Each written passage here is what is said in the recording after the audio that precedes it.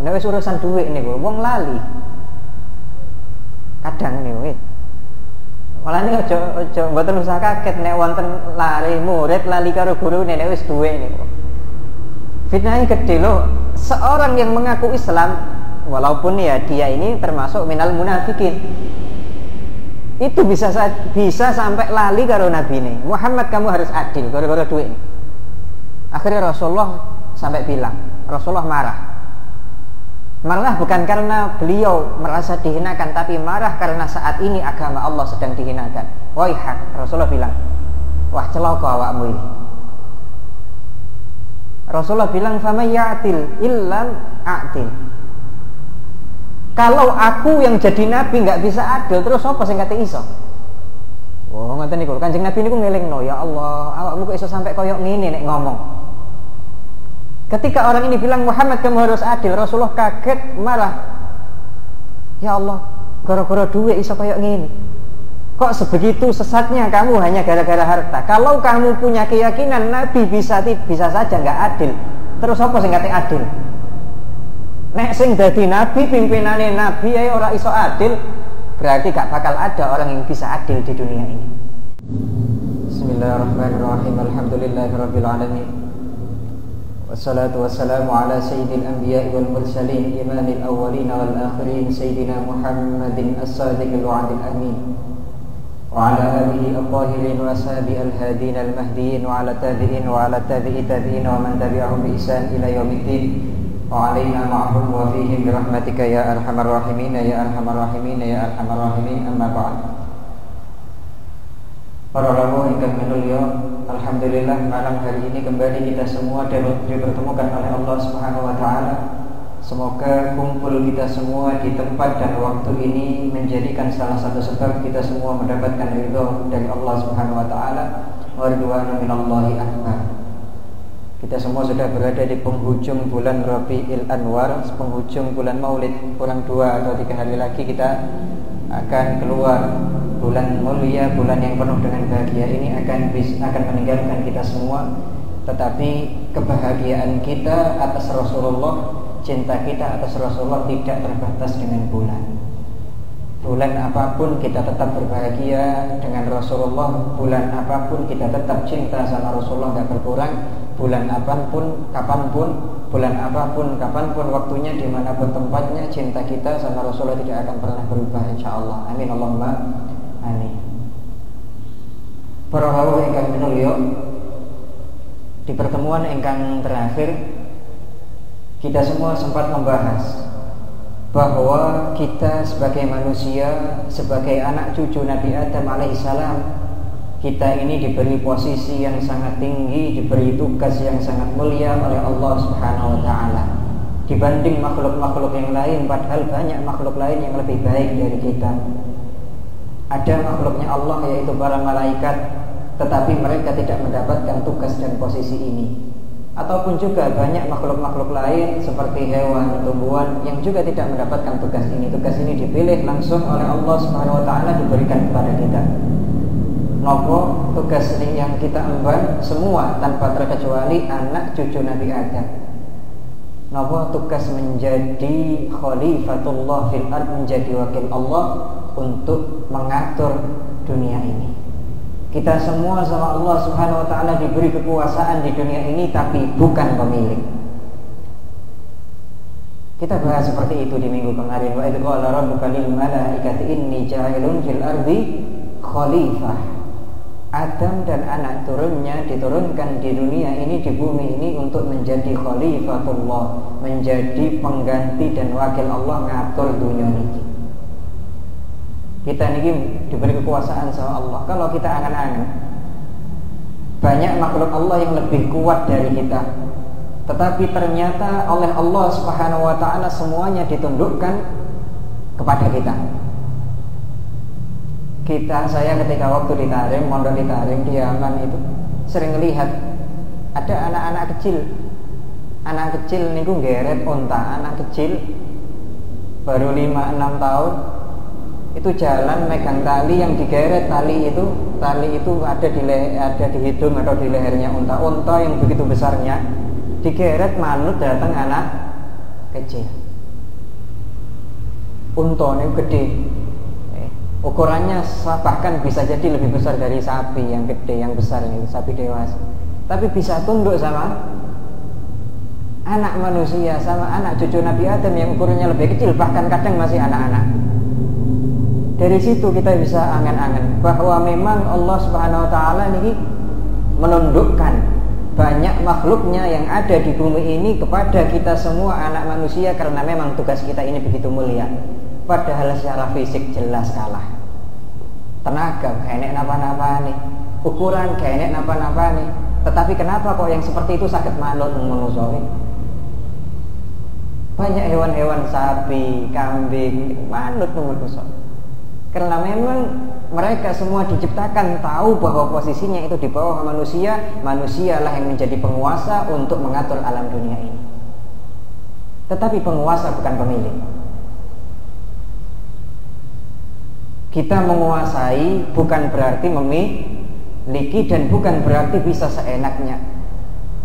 Maka di pertemuan yang kemarin kita semua sempat membahas, sempat kita katakan bahwa memang kita sebagai anak cucu Nabi Adam, sebagai manusia ini menguasai bumi ini, lautan, daratan, bahkan angkasa mungkin ala qadril mahdud, tetapi kita tidak bisa berlaku seenaknya.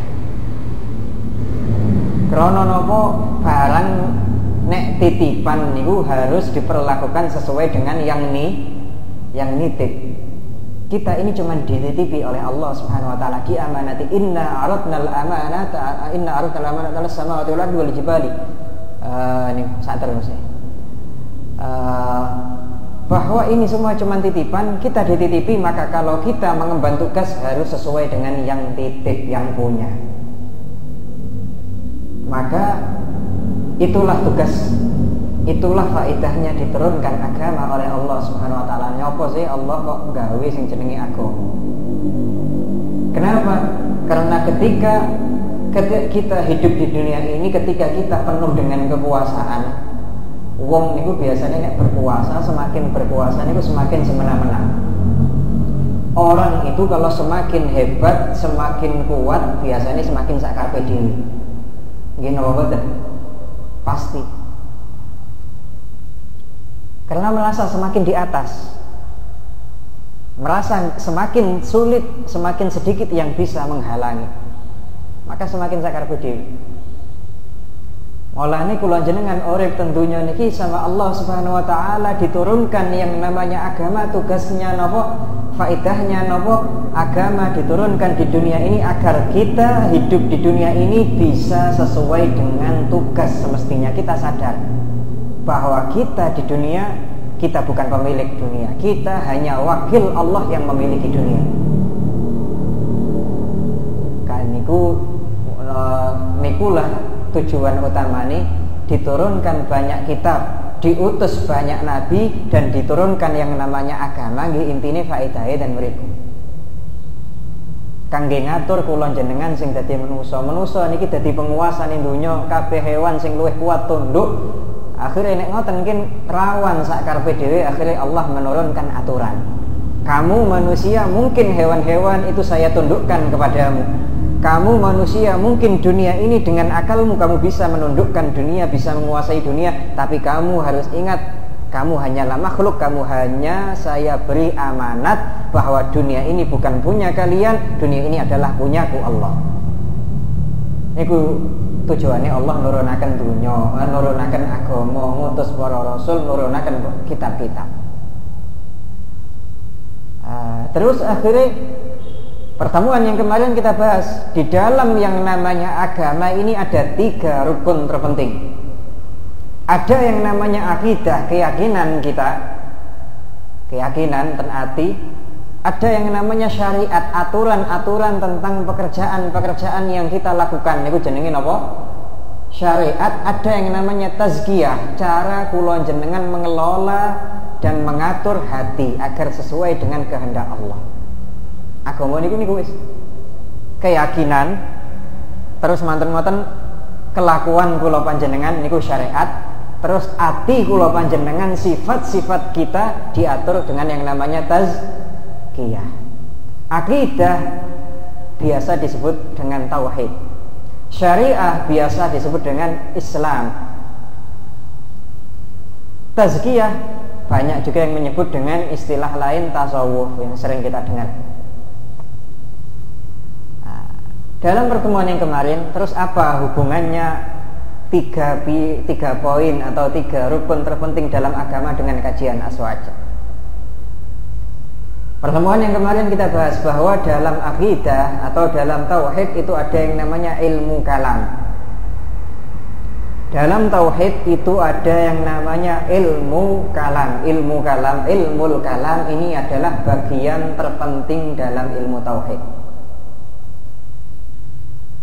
Ilmu kalam, kalau kita sederhanakan, apa sih yang disebut ilmu kalam? Ilmu kalam itu adalah ilmu debat.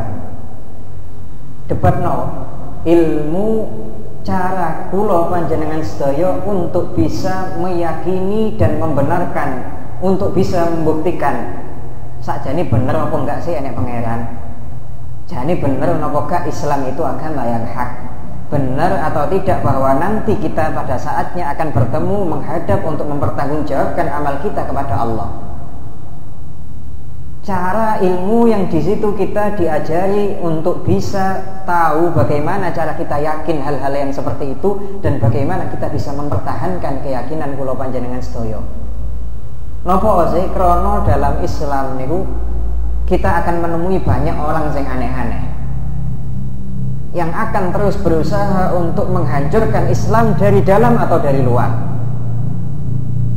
Kita akan bertemu dengan orang-orang yang akan berusaha menghilangkan akidah kita ini, akan merusak akidah kita, bisa dari dalam atau dari luar.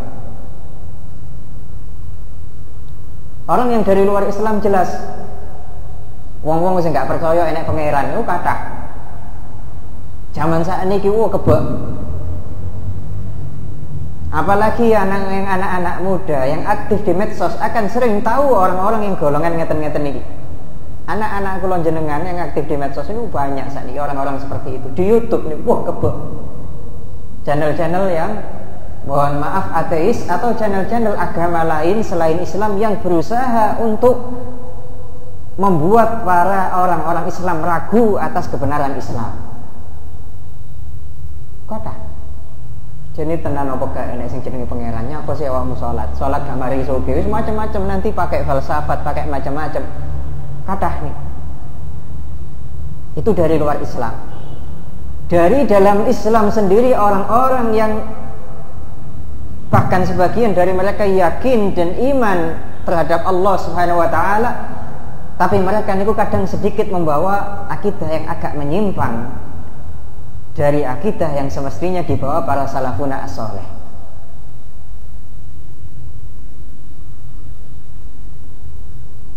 Cara kita untuk mempertahankan akidah kita ini dengan apa? Dengan ilmu kalam. Dengan apa? Ilmu kalam. Bagaimana kita bisa mempertahankan akidah dan iman kita kalau kita ketemu sama orang-orang yang nggak percaya sama sekali gak enek sing jenenge pangeran. Kula jenengan piye? Kate menunjukkan bahwa kita itu benar dan kita bisa menjaga iman kita dengan ilmu kalam. Kalau kita ketemu dengan orang-orang saudara-saudara kita umat Islam yang membawa dan mengadopsi akidah yang agak menyimpang dari akidah Ahlussunnah wal Jamaah kita yang dibawa oleh salafun as-saleh, bagaimana kita mempertahankan akidah kita? Jawabannya dengan ilmu yang namanya ilmu kalam. Jadi ilmu kalam ini adalah ilmu yang terpenting termasuk dalam ilmu tauhid. Bagian terpenting dari ilmu tauhid. Ada yang menyamakan ilmu kalam ya ilmu tauhid itu.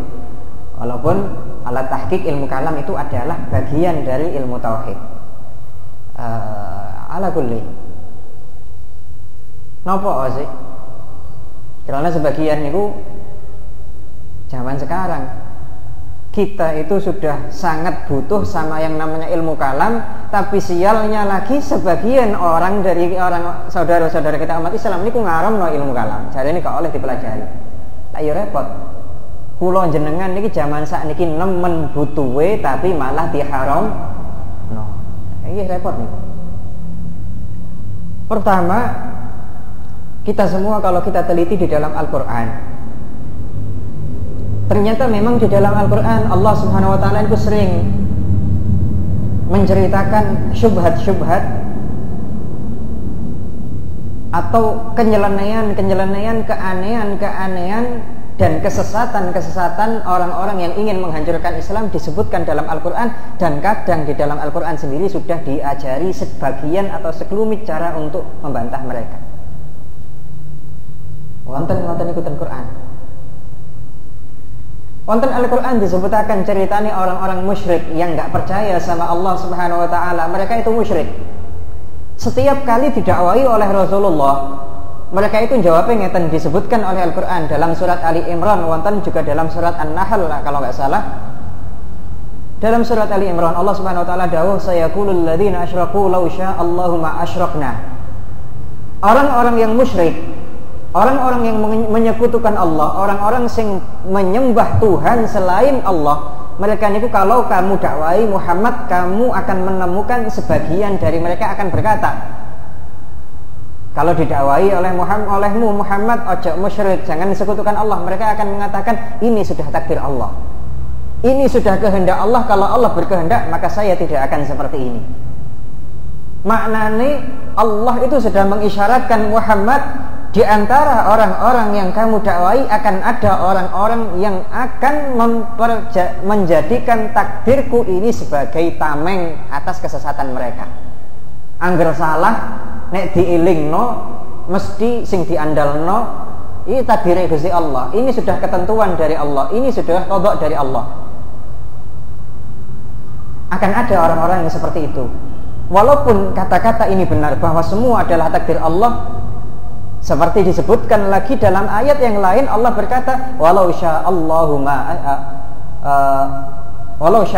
asyraku. Kalau Allah berkehendak, kalau Allah mau, nggak akan ada orang yang musyrik, semua mukmin. Allah memang dawuh seperti itu. Tapi salah kalau ada orang yang akhirnya musyrik atau kafir sama Allah, akhirnya ketika didakwai, ini sudah takdir. Wonten wong model ngeten iki. Di luar Islam, di dalam Islam juga akan ada orang-orang yang seperti ini diisyaratkan oleh Al-Quran. Maka jangan kaget, wonten wong Islam sing angger salah, angger dikandani, setiap kali diingatkan, setiap kali dinasehati, bawa nama Allah. Awakmu ojo nglakoni ngene. Niki takdir Gusti Allah, wis piye meneh aku ditakdirno kaya ngene. Wonten wong ngoten niku. Angger salah ngoten niku. Nyapu gak salat. Ya wis dongakno wae aku entuk hidayah. Nek wis teko wae insyaallah aku salat. Gak usah nggowo hidayah, nek potonganmu salah ae. Seakan-akan ingin mengatakan saya gak salat karena memang Allah yang belum memberi hidayah. Ini kata-kata yang benar tapi sesat. Dan Quran niku diisyaratkan wonten ngoten niku. Di Islam ada kelompok yang seperti ini namanya Jabriyah. Ini akidah sesat, menyimpang. Diisyaratkan di dalam Al-Quran. Napa? Jabriyah. Niku ten Quran ya enten ceritane. Ada lagi kebalikannya, Qadariyah. Qadariyah ini wis sama seperti orang kafir mutlak, yang menganggap bahwa semua itu adalah atas kehendak saya. Ini jadi angger wong apik ya apik karepe dhewe, wong elek karepe dhewe. Niki ya salah nisan. Fulan kok soleh, pancen wonge hebat. Fulan kok elek, ya wis pancen wonge niku sing gak karep. Salah. Yang satu setiap kali apapun walaupun keburukan dibalekno nang pangeran niku salah nisan, niku jenenge napa? Jabriyah. Ada orang yang kebalikannya, apa-apa dibalekno nang awake dhewe. Niki umumnya manusia zaman sakniki niki ngeten niki. Nggih, lali karo pangeran. Angger mertombo sing diandalno obate dudu Gusti Allah. Angger kerja sing diandalno kerjane bukan Gusti Allah. Ini napa? Ini adalah secuil faham dari napa yang namanya Qadariyah. Wonten. Ada lagi diisyaratkan dalam Al-Quran orang-orang yang sesat, yang mengatakan wa ma yuhlikuna illa dahr, orang-orang yang nggak percaya sama Tuhan. Maknanya hidup ini kita hanya tergantung sama yang namanya masa. Maknanya ya wis, zaman yang akan menentukan segalanya. Maknanya nopo, awakmu mati ya wis wayahe mati, ngono tok. Awakmu urip ya pancen urip, sukses ya pancen jatahmu sukses.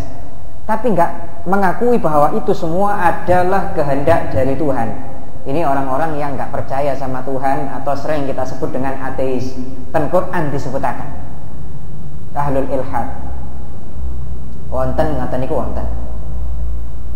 Disebutaken wonten Al-Qur'an Al-Karim.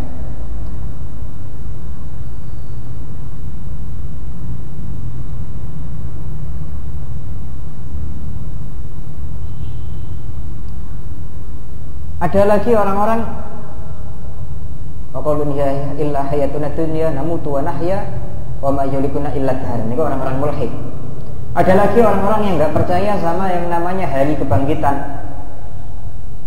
yaumul ba'ts, yaumul hasyri wan nashr. Enggak percaya bahwa kita nanti akan dibangkitkan, setelah kita mati kita akan dibangkitkan lagi, kemudian digiring, kemudian menghadap ke Allah untuk mempertanggungjawabkan amal. Wah, tentu yang nggak percaya ini, wis mati, bar mati, ya wis entek. Kita kalau mati, maknanya sudah lenyap, sama sekali nggak ada. Nggak percaya bahwa ada yang namanya roh. Roh ini sementara akan hidup di barzakh. Kalau terjadi yang namanya kiamat, ba'dal kiamat, nanti di yaumul ba'ats, roh ini akan kembali dihidupkan. Nggak percaya. Pokok maknanya mati adalah lenyap, tak tersisa, wis entek, titik. Ini ya orang-orang ateis juga kadang seperti ini. Disebutkan, diisyaratkan oleh Allah dalam banyak ayat dan akhir surat Yasin. Disebutkan malih niku kama bada'na awwala khalqin nu'idu. Langsung bahkan didebat sama Allah, dibantah sama Allah. Orang-orang yang ngomong kayak ngoten. Mereka yang mengatakan, mana mungkin kita yang sudah tidak ada, kita yang sudah hancur tubuhnya, kok bisa hidup lagi? Bagaimana mungkin? Akhirnya Allah mengatakan kama bada'na awwala khalqin nu'idu. Seperti aku menciptakan kalian dari tidak ada, maka setelah kalian mati aku akan mengembalikan kalian. Lho awakmu biyen sadurunge lahir niku enek ta? Langsung didebat sama Allah. Sebelum kamu lahir di dunia ini, kamu lahir berasal dari nutfah, dari air yang menjijikkan. Air ini berasal apa? Dari sari-sari makanan. Kan ngoten nggih? Asalnya kita tidak ada dari sari-sari makanan yang dikonsumsi oleh bapak kalian, oleh orang tua kalian, akhirnya jadi mohon maaf, jadi air mani, akhirnya masuk ke rahim, akhirnya jadi kalian manusia yang hidup sing sombonge koyok ngeten. Allah mengingatkan kalian ini kok merasa heran, mana mungkin kita yang nanti mati bisa hidup lagi, kita yang sudah tidak ada bisa hidup lagi. Coba kalian ingat-ingat, kalian yang sekarang hidup itu asalnya dari apa? Kalian ada berasal dari ketidakadaan. Menungso asalnya teko banyu. Air ini berasal dari sari-sari makanan benda mati. Kan ngoten nih. Tapi nyatanya Allah yang sanggup menciptakan kalian dari benda mati, maka kalian jangan heran ketika nanti Allah akan mengembalikan kalian menjadi hidup lagi setelah kalian mati. Kama bada'na awwala khalqin nu'idu. Saking ayat-ayat niki kula jenengan saged paham bahwa ternyata memang di dalam Islam jangan heran kalau ada orang-orang yang nyeleneh-nyeleneh, orang-orang yang berusaha untuk merongrong dan menghancurkan akidah dan keyakinan kula panjenengan sedaya, baik dari luar Islam ataupun bahkan dari dalam orang-orang Islam yang kebetulan agak menyimpang.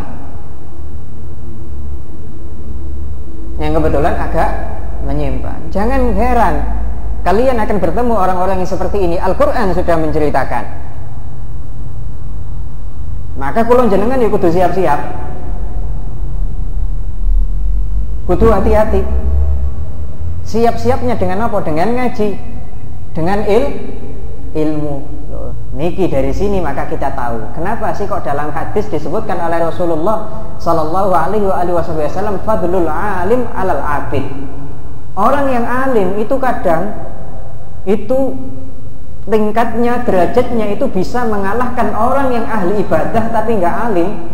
Derajatnya sama seperti jarak antara Nabi dengan para sahabat. Orang yang alim itu diibaratkan seperti Nabi, orang yang ahli ibadah tapi bukan alim itu seperti para sahabat yang derajatnya paling rendah. Kenapa orang alim kok bisa sebegitu mulianya? Karena dia bisa menjaga akidah dan imannya sewaktu-waktu ketemu wong sing gak genah-genah ngeten, dan dia juga bisa menjaga dengan ilmunya, dia bisa menjaga akidah orang-orang yang di sekitarnya.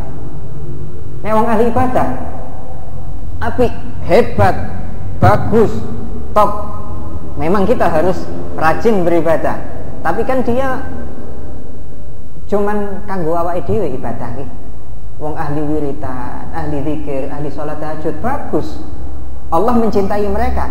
Tetapi apa dengan zikir kita di musola, di mihrab, apa dengan sholat tahajud kita? Kita bisa menjaga akidah orang-orang di sekitar kita. Kalau ketemu wong sing nyeleneh-nyeleneh, mboten saged. Mboten saged. Ahli sholawat, bagus. Tapi apa dengan sholawat yang kita baca cukup untuk menjaga akidah orang-orang yang di sekitar kita? Nggak bisa. Satu-satunya jalan adalah dengan ilmu. Ya itu yang namanya ilmu kalam. Jadi kadang kita kalau kepepet juga kadang bahkan diperintah oleh Allah untuk berdebat kadang. Tapi ini jalan terakhir. Maka Allah Subhanahu wa taala di dalam Al-Qur'an menyebutkan ud'u ila sabili rabbika bil hikmati wal mau'izatil hasanati wajadilhum billati hiya ahsan.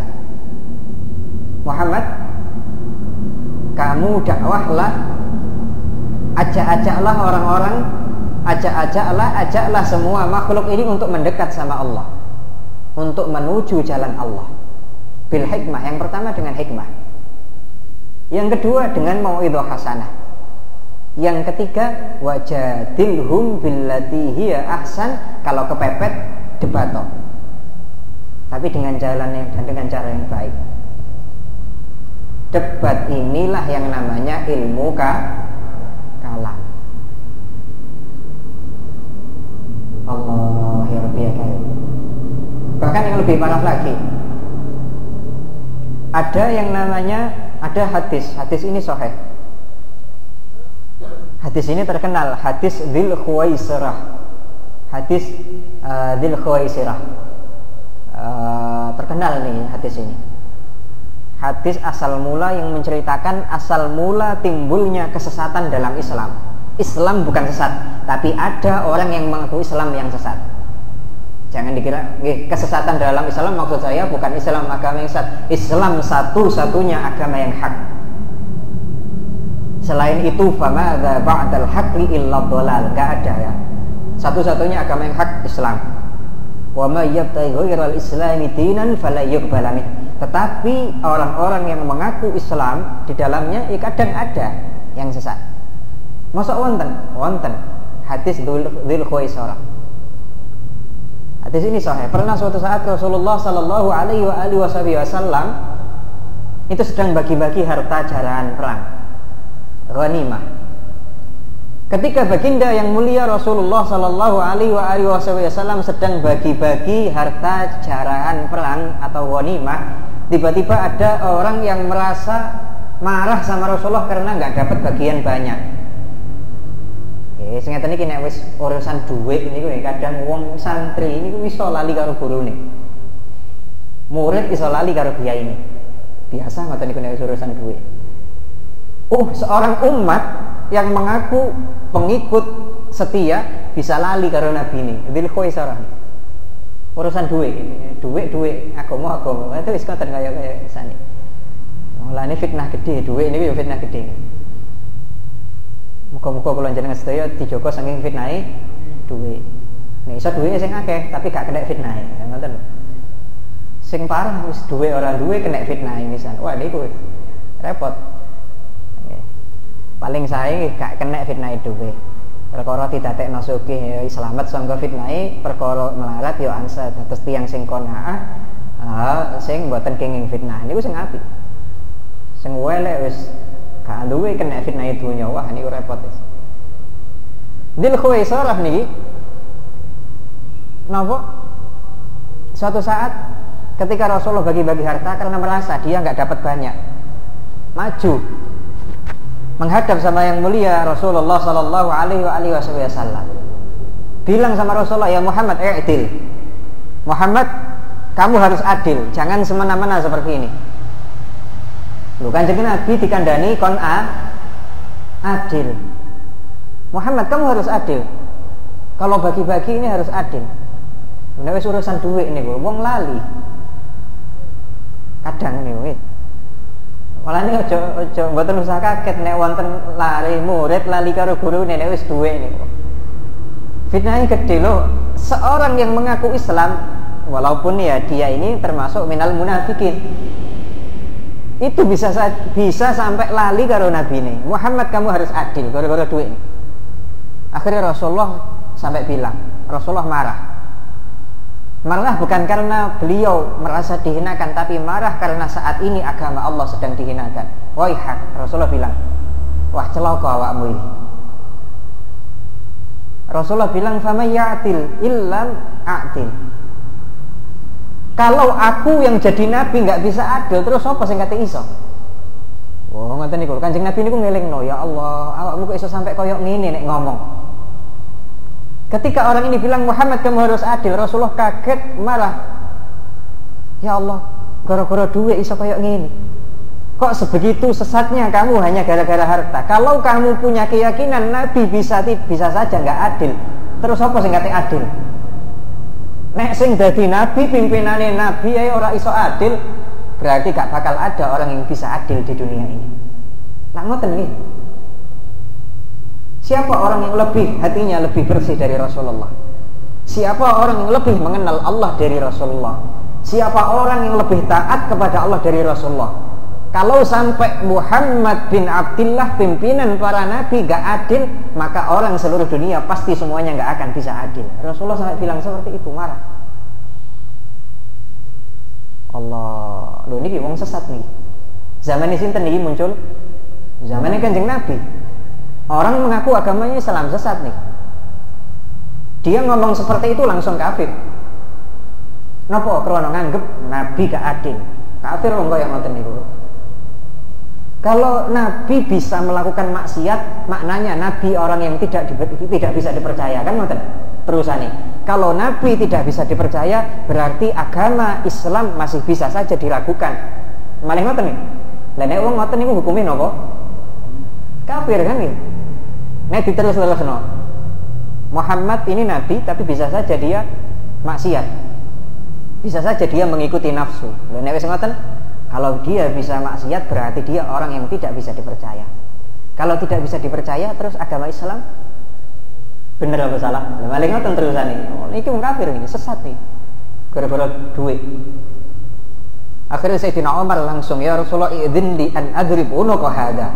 Ya Rasulullah, izinkan saya untuk membunuh orang ini. Sayyidina Umar marah. Akhirnya dijawab sama Rasulullah, enggak boleh, jangan. Karena dia ini zahirnya Islam dan dia punya banyak pengikut.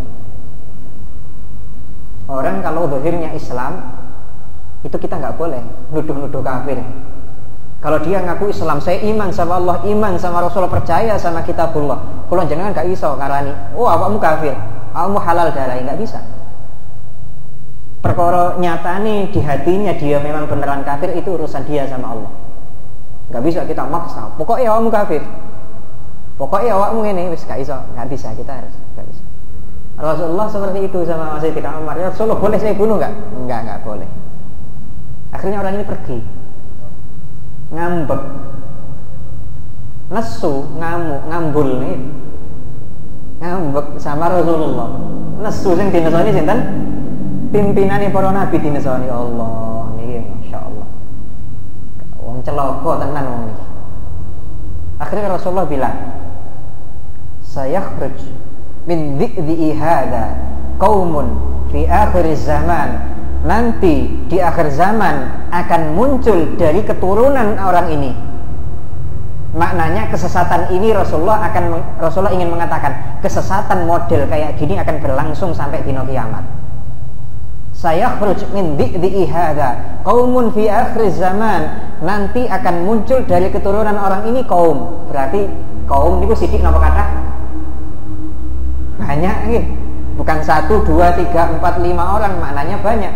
Akan muncul nanti di akhir zaman kaum, mereka keturunan orang ini, mereka itu yaqra'unal Qur'an. Mereka itu membaca Quran. Quran ini kadang nek diwaca suarane api, wacanane api, enak dirungokno, tetapi Quran ini hanya di tenggorokan, di kerongkongan mereka, enggak masuk ke dalam hati. Bahkan yakhrujuna minad-din kama yamruquna minad-din kama yamruqu, mereka akan keluar dari agama Islam. Sebenarnya sejatinya mereka itu kafir. Rasulullah yang bilang sana sih loh, sejatinya sebenarnya mereka itu kafir, keluar dari agama Islam seperti panah yang keluar dari busur. Jenengan nek panah niku jenengan batek, kalau panah anak panah jenengan tarik itu kan keluar dari busur cepet nih. Busur niku sing bentuke napa kayu sing setengah lingkaran niku. Panah jenengan pasang ten niku jenengan batek memburi nek jenengan culno. Cepet nih. Mereka itu keluar dari agama Islam secepat anak panah.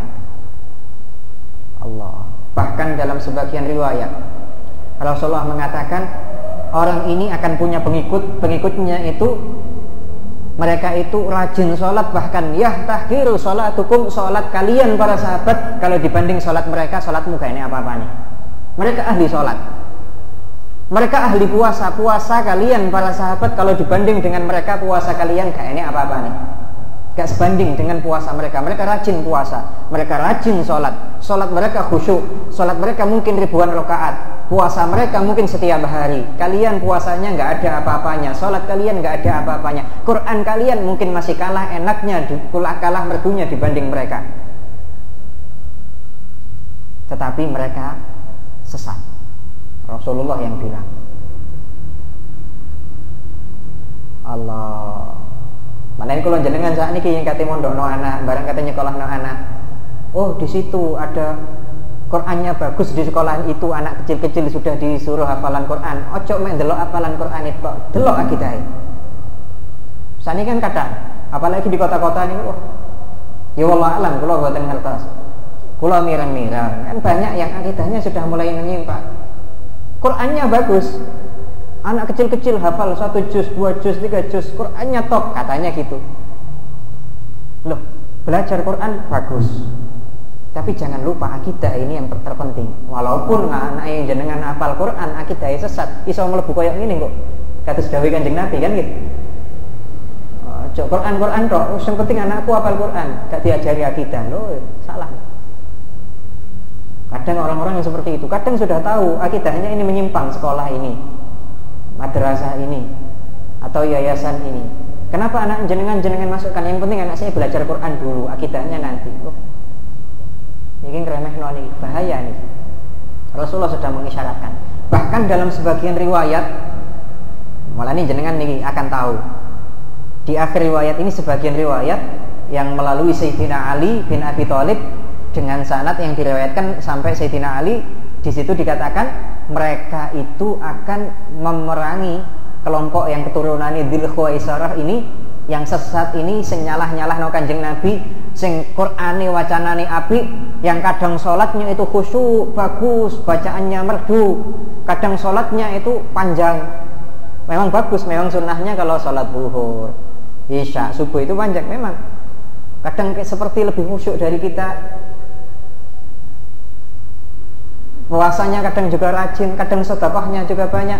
Tapi Rasulullah berkatakan di akhir zaman orang-orang ini mereka akan memerangi ahli Islam, tapi mereka melupakan untuk memerangi orang-orang yang jelas-jelas kafir memusuhi Islam.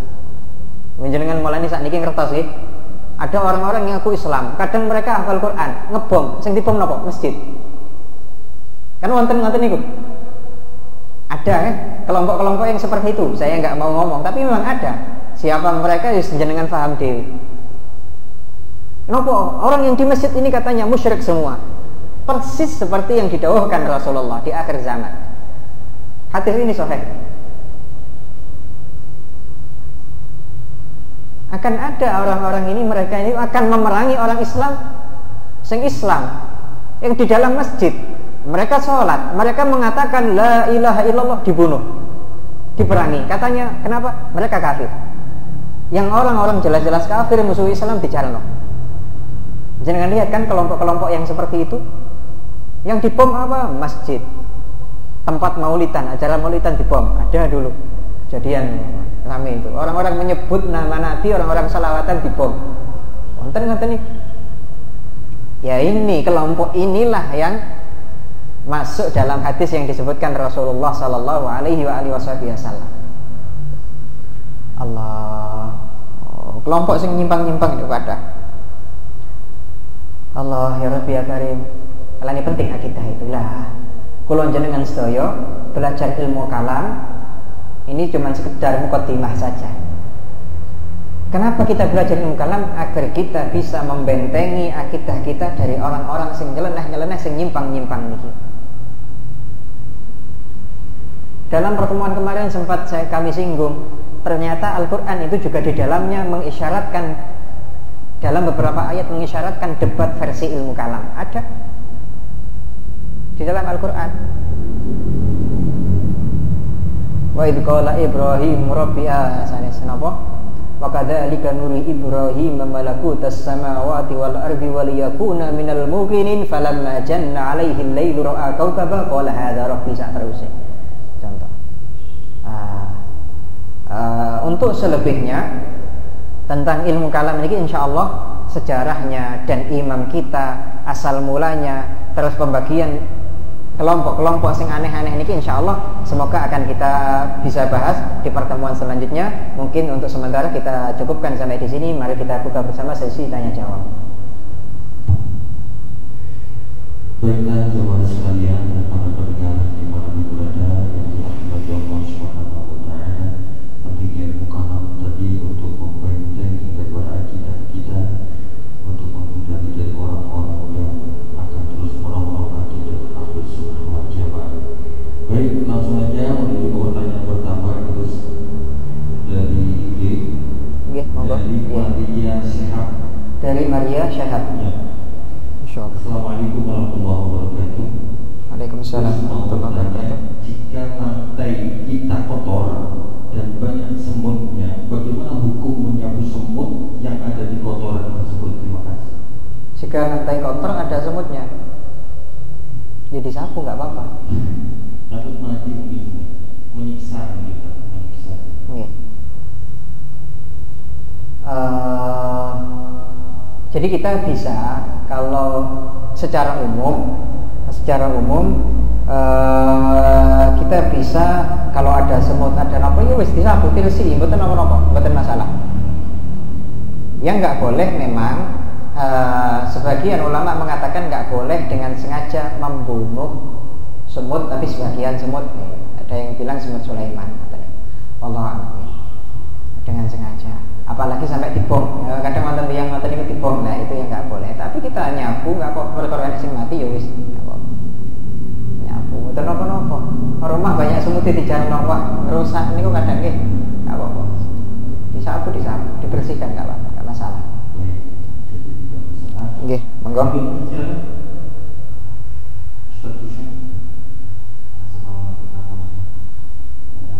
Apakah ilmu kalam itu diperuntukkan untuk pembahasan ilmu agama, termasuk menangkal apa namanya, khawatir ada yang memusuhi dari hewan apa namanya, ahli di luar hadis. Iya. Kalau di perguruan tinggi apakah bisa? Apakah di ilmu umumnya ada kan sampai disuruh untuk mendebat gurunya dan gurunya semakin salah? Nggih. Jadi intinya kalau kita belajar debat itu sebenarnya apa benar itu bisa bermanfaat gitu. Jadi debat atau jidal, ilmu jidal itu wonten ilmune dhewe. Saya juga ngaji ilmu jadal. Atau kitab yang ulama-ulama muasir, itu ada yang paling saya senangi, kitab yang paling dasar dalam ilmu jadal atau ilmu debat, kitab karangannya Syekh Muhyiddin Abdul Hamid. Beliau ahli ilmu lughah, juga ahli ilmu logika seperti ini. Belajar ilmu ini bagaimana hukumnya? Bagus, nggak apa-apa. Debat hukumnya gimana? Debat hukum aslinya boleh dengan beberapa catatan. Memang. Jadi kadang harus ada orang yang belajar ilmu ini. Kalau semua orang Islam nggak ada yang belajar ilmu seperti ini, sewaktu-waktu ada orang non-Muslim yang ingin mendebat orang Islam, ingin menyebarkan keraguan terhadap para orang-orang Islam, pas kayaknya yang belajar ilmunya telak repot, maka harus ada, walaupun nggak semuanya wajib nih, sebagian orang saja. Ini hukumnya cuman fardu kifayah. Jadi kalau saya nggak belajar, memang nggak harus semua orang belajar, orang-orang tertentu toh, orang-orang pilihan toh yang harus belajar ilmu seperti ini. Jadi bagaimana kita belajar ilmu debat, ilmu jadal? Boleh, ilmu kalam juga boleh, tapi nggak semua orang. Itu. Terus kalau kita berdebat boleh, Al-Quran itu sudah menyebutkan ud'u ila sabili rabbika bil hikmah wal mau'izatil hasanah, terusane wajadilhum billati hiya ahsan. Muhammad, kamu kalau ketemu orang-orang yang seperti itu, kamu boleh berdebat, tapi syaratnya billati hiya ahsan, dengan yang lebih baik. Maksudnya apa? Cara kamu berdebat harus baik, akhlakmu ketika berdebat harus lebih baik, hatimu ketika berdebat harus baik. Terus ilmu yang kamu gunakan debat, ya memang harus ada ilmunya. Tapi debat itu posisinya paling akhir. Kan ngerti nih? Kalau diajak baik-baik nggak bisa, dikandani gak iso, dinasihati gak iso, kok ngejak debat? Kadang kita harus debat. Kadang, tapi itu namanya kadang itu kalau sudah kepepet. Selama masih bisa dihindari, harus dihindari. Maka guru kami Siti Al-Habib Umar bin Muhammad bin Salim bin Hafid sering mengajarkan, kalau bisa nggak debat, jangan debat. Kalau ada orang yang niatnya benar-benar ingin mencari kebenaran, kok dia beda pendapat dengan kamu, diskusi yang baik kalau bisa di tempat yang sepi, jangan ada yang lihat. Sampai bilang seperti itu. Karena kalau debat itu banyak yang lihat. Debat itu kalau disaksikan orang banyak, live debat, siaran langsung, debat YouTube antara fulan dengan fulan, ustadz fulan dengan ustadz fulan. Kadang memang kalau kita kepepet ya harus seperti itu. Tapi rawan kalau kita seperti itu, rawan hati ini riak. Gini betul. Rawan kalau kita debat bukan karena ingin mencari kebenaran, tapi ingin mencari pembenaran. Nggak sama gitu.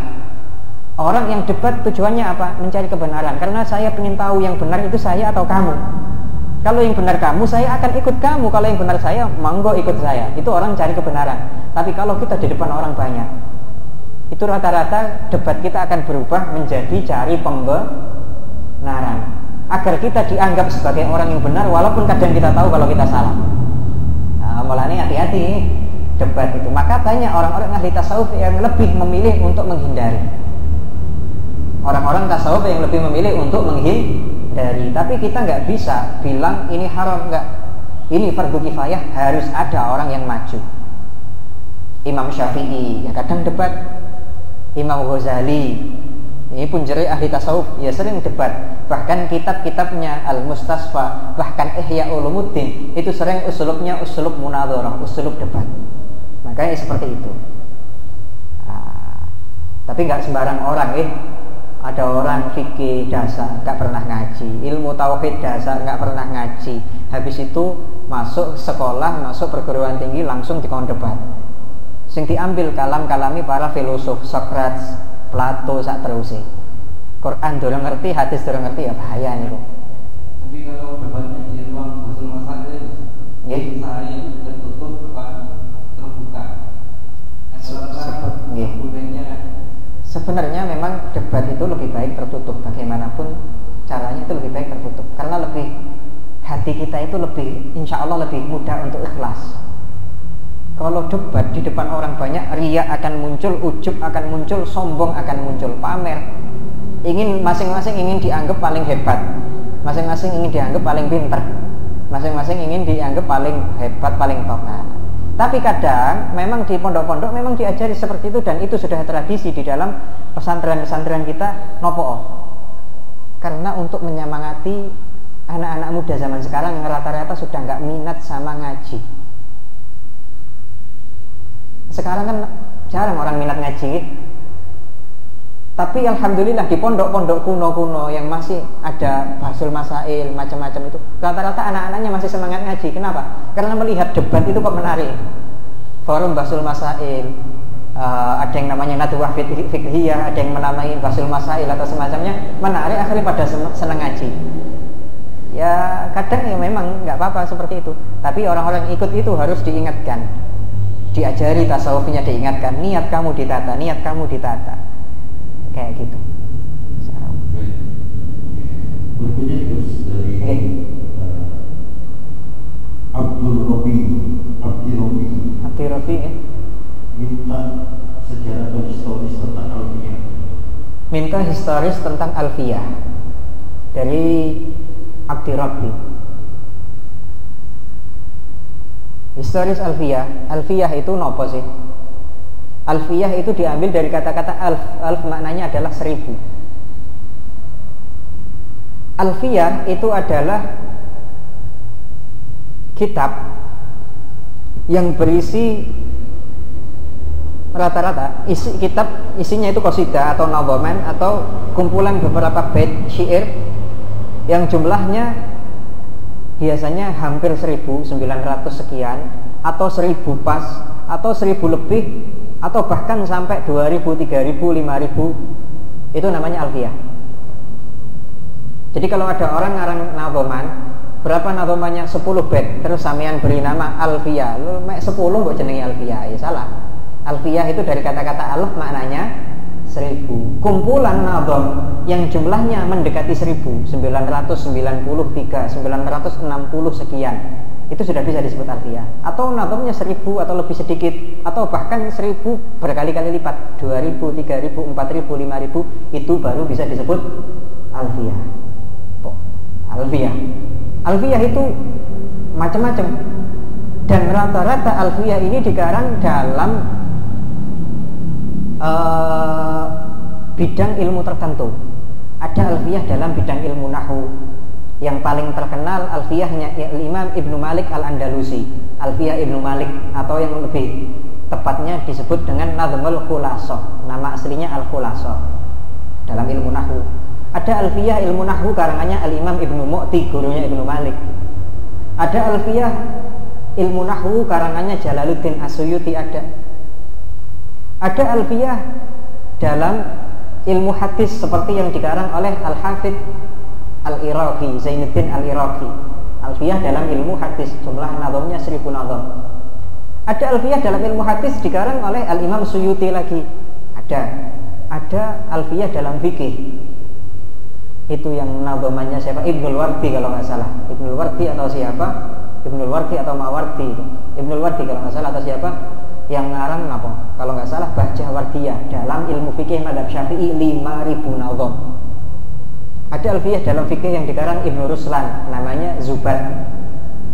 Bahkan ada alfiyah dalam ilmu kedokteran yang dikarang oleh Ibnu Zina.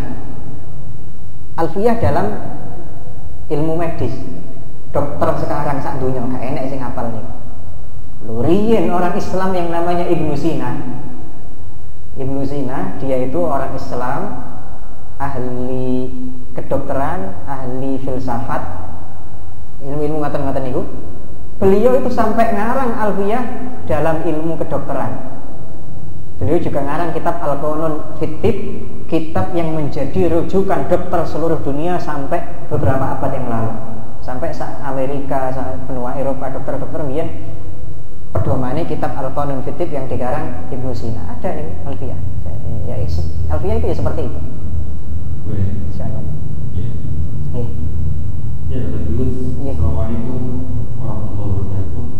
Waalaikumsalam warahmatullahi wabarakatuh. Nggih, monggo. Apakah ada perbedaan membaca maulid lewat buku atau kitab dengan membaca maulid dengan HP? Ada di HP dari Syarifuddin Diyosol. Saifuddin atau Saifuddin Diyosol bertanya, apa sih bedanya baca maulid di kitab atau di buku dengan di HP? Bedanya kalau di buku itu pakai lembaran, kalau di HP itu pakai layar. Ya itu bedanya. Kalau dari sisi hukum nggak ada bedanya. Fadilahnya kita baca maulid lewat hafalan, lewat baca buku, atau lewat baca di papan, atau baca di HP, nggak ada bedanya. Sama. Cuman memang kalau orang yang ahli mutolaah, santri yang ahli belajar, ahli ngaji yang suka mutolaah, memang rasanya itu jauh beda ngaji dari kitab sama ngaji dari gadget, dari HP, dari laptop, dari ngatan-ngatan itu, dari alat-alat perangkat elektronik. Enggak enakan dari kitab. Dari kitab itu masya Allah kita itu kayak sensasinya itu berbeda. Ya segitu toh. Tapi ilmu yang kita dapat ya sama, pahala yang kita dapat ya sama, nggak ada bedanya. Baik. Berikut dari Saiful Diyosol. Dari Mas Saiful Diyosol ini. Jika orang tua kita sudah tua dan sering lupa atau ikut, termasuk juga sering lupa rakaat sholatnya, kadang kurang, kadang kelebihan rakaat. Nah, bagaimana tindakan kita selaku anak? Orang yang sudah tua, ya ngeten, yang sering lupa. Ada orang yang lupanya ini lupa wajar, lupa belum sholat, lupa belum nopo. Maka kalau ini ya diingatkan. Biasanya orang yang seperti itu nih, waktunya sholat, saya tadi sholat atau belum, ya diingatkan. Harus sering ingatkan. Tapi ada orang yang lupa, dan ini penyakit apa sih namanya itu? Yang lupa, tapi lupanya itu sudah sangat parah. Orang-orang yang tua banget itu biasanya ada. Tapi sekarang, zaman sekarang ini sampai orang-orang muda banyak yang kena penyakit ini, nopo sih lali namanya. Lupa tapi yang sangat parah. Kadang lupa, nggak kenal sampai karo putune. Oh, sapa? Jenengmu sapa? Kadang lupa sama dirinya sendiri. Orang yang seperti ini banyak ulama yang mengatakan kalau lupa yang sampai seperti ini hukumnya sudah nggak ketaklif. Kadang sampai karo jenenge dhewe lali. Maka dipaksa jenengan harus sholat, jenengan harus apa? Orang yang seperti ini sama seperti ya kayak orang lindur, kayak orang apa? Sudah seperti orang yang nggak sadar. Jadi dia itu seperti ingatan sudah nggak ada, akal sudah hampir seperti hilang. Tinggal garek nyawane karo awake tok. Orang yang seperti ini nggak ketaklif.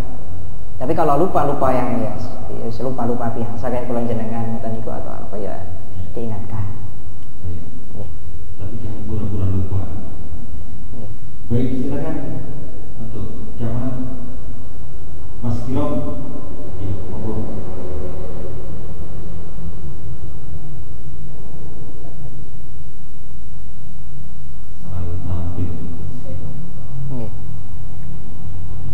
Assalamualaikum warahmatullahi wabarakatuh. Waalaikumsalam warahmatullahi wabarakatuh.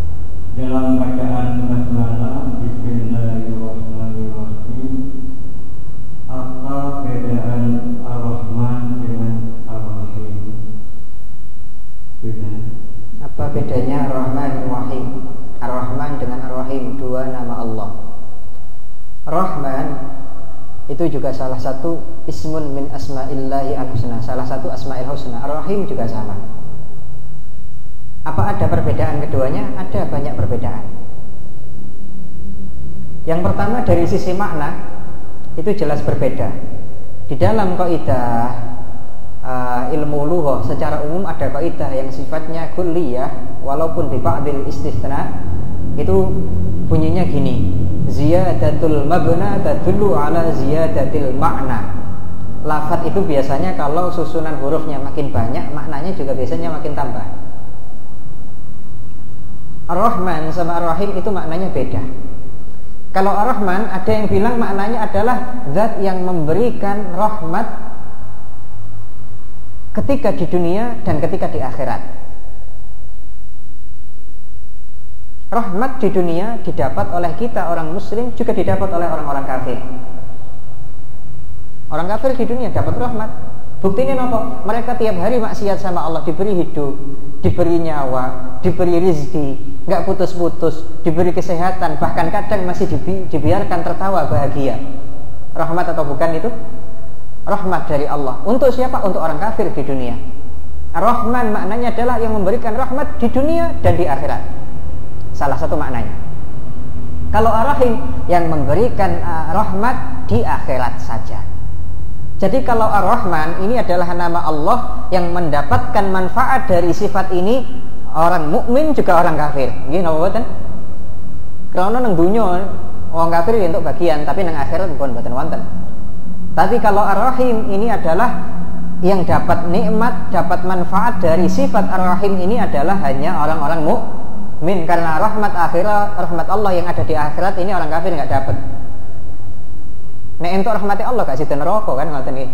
Lah terus apa gunane neraka kan ngoten. Nah, makanya Rahim itu khusus untuk orang mukmin, tapi kalau Ar-Rahman orang mukmin ya dapat, orang kafir di dunia juga dapat. Salah satu manfaatnya, salah satu maknanya itu dari sisi makna.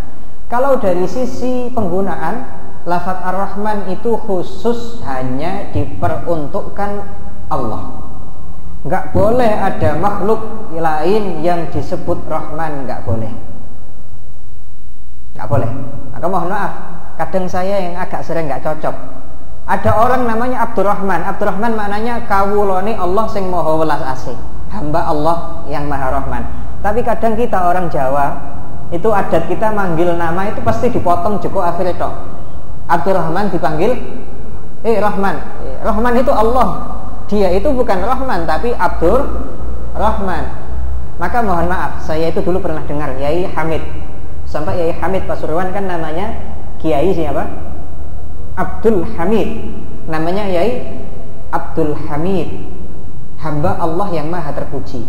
Suatu saat beliau itu bilang, nama saya ganti jadi Hamid. Hamid yang namanya Abdul Hamid diganti jadi Hamid. Ketika ditanya, nopo kok diganti Hamid? Lho wong-wong nek nyeluk aku Hamid. Padahal aku kan Abdul Hamid. Ya, itu kan nggak sama ya. Kita itu sering. Lah kan parah nih. Lah nek wong jenenge Abdullah, akhirnya diceluk Allah lah malah repot ya. Lho wong Jawa nih. Abdurrahman diceluk Rahman niku gak oleh. Cara kula nggih, napa Rahman itu nama khusus untuk Allah. Sama nek wonten tiyang namine Abdullah terus jenengan celuk Allah lho. Gak kena nih. Tapi kalau Rahim, nama ini untuk Allah juga bisa, untuk makhluk juga bisa, jadi bisa. Bukti ini ten akhir surat At-Taubah, laqad ja'akum rasulun min anfusikum. Nggih, satrul azin alaikum harisun alaikum bil mu'minina raufun rahim. Muhammad ini dia punya sifat Rauf, Rahim. Jadi Rasulullah disebut Rauf, juga disebut Rahim. Padahal Rauf ini nama Allah, Rahim juga nama Allah. Gak apa-apa. Jadi kalau ada orang terus punya anak, anaknya dikasih nama Rahim, gak apa-apa. Pokok ojo niat dipadakno karo Gusti Allah, bukan. Maknanya agar anak saya menjadi orang yang penuh dengan kasih sayang, ya gak apa-apa.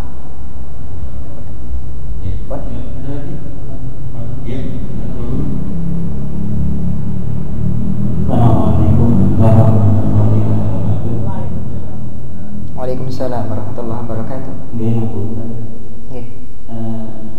Mohon maaf, saya sebagai panitia pembangunan musyawarah Gus. Nggih. Kemudian ini ada calon kepala desa yang memberikan sumbangan kepada panitia. Nggih. Dengan tujuan untuk mencari dukungan. Apakah dana itu bisa dimanfaatkan? Terima kasih.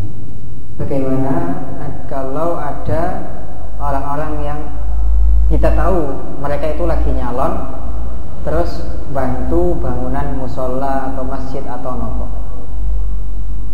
Ngeten. Kalau kita tahu mereka itu orang-orang politik, kebetulan mereka memang orang politik, kerjaannya memang di situ. Tapi kalau mereka ingin membantu bangun masjid, musola, pesantren atau apapun itu yayasan, kalau kita tahu uang yang dia berikan jelas-jelas halal. Yang pertama ya, yang diberikan jelas-jelas halal, dan dia memberikannya jelas-jelas bukan karena minta imbalan. Imbalan nopo? Oke, maka kita terima gak masalah. Uangnya halal dan dia tidak memberi syarat, tapi engkau aku kudu mbok dukung. Itu seperti itu halal. Gak masalah. Kita bangun di pesantren dia gak masalah. Tapi kalau uangnya ini ya wis uang campur-campur, seandainya uangnya ini uang sing panas atau minimal uang sing rada anget, maka kalau untuk pesantren, untuk madrasah, apalagi untuk masjid, lebih baik jangan. Atau uangnya halal tapi dia memberinya minta ganti, nopo? Suwara. Ini namanya hibah because di thawab. Hibah because di thawab. Thawab bukan ganjaran, maknanya bukan pahala, tapi thawab maknanya njaluk ijol. Ngekei hibah tapi njaluk ijol. Niki lebih baik saya anjurkan untuk tidak. Kenapa? Karena repot nanti. Hibah because di thawab itu kita akhirnya harus nopo mengikuti dia, jenenge dikei. Kudu ngekei, kudu ijoli. Kata sewang tuku. Kan ngoten nggih? Memberi, tapi kita juga harus memberi. Maknanya kita harus nyoblos, padahal kadang kita tahu kadang wong itu gak kompeten. Kita nyoblos, akhirnya padahal orangnya gak berhak. Ya malih niki jenenge nopo, kan ngoten ya. Maka lebih baik, ya intinya ngoten. Pertama, kalau memang orangnya niatnya bagus, ditanya, kalau uang ini halal Pak, kalau uang ini sahih, kami terima. Yang pertama. Yang kedua, kami kalau jenengan pingin nyumbang, saya kalau jenengan nyumbangnya beneran karena Allah, karena pingin bantu apa, tanpa minta imbalan, kami bisa terima. Tapi jangan harap kami harus nyoblos. Yowis gak usah. Atau harus diumumkan, biar orang semua tahu, biar seneng ya. Itu kan berarti jaluk ijol, ngerti ya? Kalau jenengan memang murni karena Allah, ya alhamdulillah, insya Allah kami terima. Kalau memang mau seperti itu, ikhlas. Apa malah nek sampean jenengan wantun ngomong genah. Tapi Pak, saumpama nanti orang sini satu pun gak ada yang nyoblos jenengan tetap ikhlas nggih. Wong nggih saya ikhlas ya, nek wis ngono gak apa-apa. Wonten mboten ngoten niku.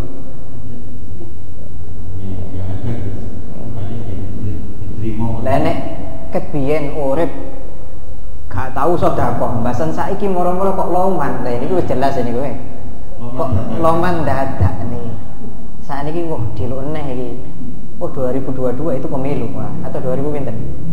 Diluk neh. Biyen gak tahu ketok, sakniki moro-moro loman dadak. Wah niku ya wis jelas gak ikhlase niku, maka ya kula jenengan.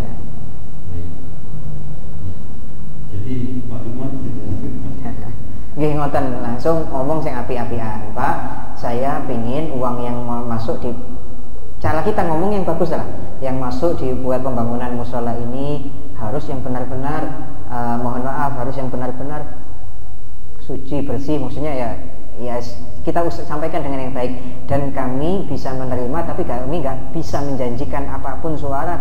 Kalau jenengan niatnya ngasih murni karena Allah, maka kami bisa terima. Kalau jenengan niatnya atau pingin suara atau pingin apa, kami nggak bisa nerima, mohon maaf. Bisa kita ngomong baik-baik kayak gitu, nggak masalah. Iya, tadi tinggal 3 pertanyaan tapi waktunya habis. Nggih, ya disimpan mohon pertanyaannya, insyaallah mangke yang belum berjawab pertemuan selanjutnya. Bismillahirrahmanirrahim. Alhamdulillahirabbil alamin. Hamdan yuafi ni'amahu wa mazida. Allahumma ya rabbi lakal hamdu kama yanbaghi li jalalika wa 'azimi sultanik. Allahumma shalli wa sallim barik ala sayyidina Muhammadin wa ala alihi wa sahbihi kama la nihayata li kamalika wa 'adada kamalih. Allahumma inna nas'aluka ilman nafi'a وعملا متقبلا ورزقا واسعا كثيرا حلالا طيبا. اللهم إنا نعوذ بك من علم لا ينفع وقلب لا يخشع وعمل لا يرفع ودعاء لا يستجاب له ولا يسمع ونفس لا تشبع وعين لا تدمع. اللهم أرنا الحق حقا وارزقنا اتباعه وأرنا الباطل باطلا وارزقنا اجتنابه. Allahumma rabbana atina min ladunka rahmah wa hayyi' lana min amrina rashada. Rabbana atina fid dunya hasanah wa fil akhirati hasanah wa qina adzabannar. Wa sallallahu ala sayyidina Muhammadin nabiyil ummi wa ala alihi wa sahbihi wa baraka wa sallam. Subhana rabbika rabbil izzati amma yasifun wa salamun alal mursalin walhamdulillahi rabbil alamin. Bismillahil Fatihah wa ila hadratin nabi.